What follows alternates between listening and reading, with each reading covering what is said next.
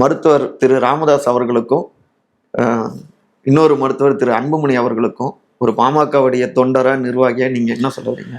உங்க காலை தொட்டு கேட்டுக்கிறேன்.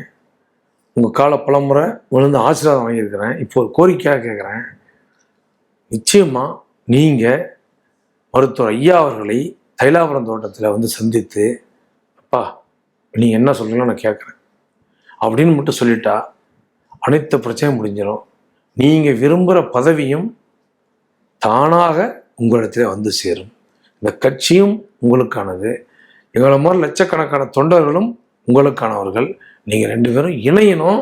இன்னொன்று, அப்படி இணைந்தால் மட்டும்தான் நாம் நினைக்கிறத வென்றெடுக்க முடியும்.